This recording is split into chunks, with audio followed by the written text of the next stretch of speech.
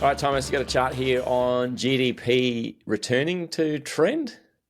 Yeah, so I thought this was interesting. So, like a lot of the question about why the US stock market has been so dominant relative to the rest of the world since COVID, and why it's done so well. But I thought this was interesting because this looks at GDP relative to the pre-COVID trend, and so it looks at where GDP would be now if the pre-COVID trend had continued. Yeah.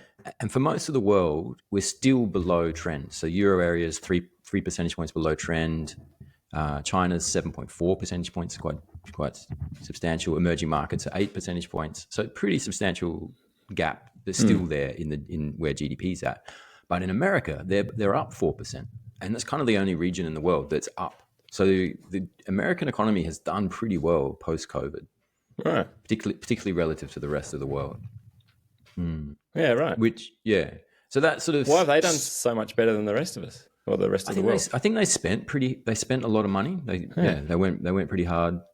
Yeah, a lot of the Biden administration just threw a lot of money at a lot of things, Inflation Reduction Act and all of that. So I think that juiced the GDP stats. Right. Does that give like someone like Trump some buffer to do some things to kind of go like this is like it's a healthy economy presumably, is it? If GDP's kind of starts outpacing the trend, then you start going, well, we're in good shape. Can he kind of take some damage to do what he wants? Yeah, to an extent. I mean, the economy is where it's at.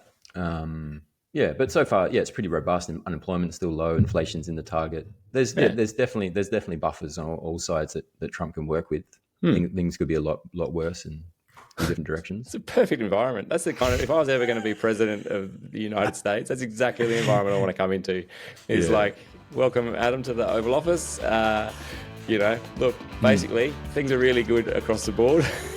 You can just do whatever you want and we should be okay. Like even if you stuff it up royally, don't worry.